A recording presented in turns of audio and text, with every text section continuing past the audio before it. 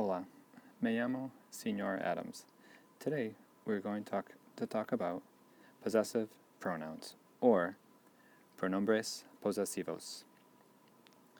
The long form of possessive adjectives are used for clarity or emphasis.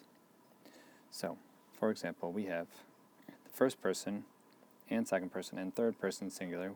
For first person, we've got mío, mía, míos, mías, which mean my or mine.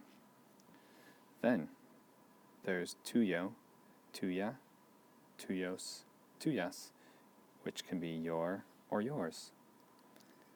For third person, we've got suyo, suya, suyos, suyas. Your could be yours, his, her, or hers. Those are all the singulars. For plurals, we've got nuestro, nuestros, nuestra, nuestras, which both mean our or ours. Vuestro, vuestros, vuestra, vuestras, your or yours for you guys. And suyo, suya, suyo, suyas, your, yours, their, or theirs. So these all refer to more than one person. To form the possessive pronouns, use the long form of possessive adjectives preceded by the definite article. Both the article and the possessive must agree in number and gender with the noun they replace. Okay, so what does that mean? Let's look at a couple examples. For example, mis padres son muy serios y los tuyos. So, we've got my parents are very serious. And yours? So we can see that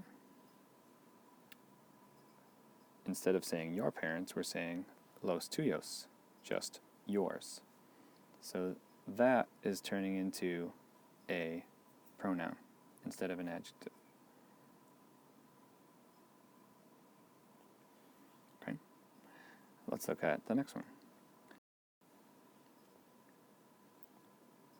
Tu familia es muy pequeña. La mía es bastante grande. Your family is very small. Mine is quite large. So we have to say la mía. You have to have the definite article, and you have to have the possessive pronoun. Okay.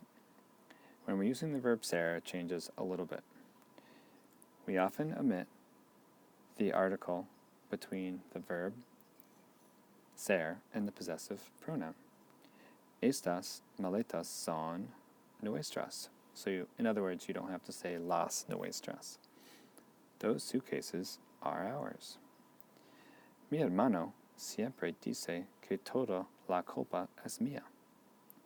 My brother always says that it is my fault. Okay, I hope you're starting to understand the possessive pronouns a little better. Adios.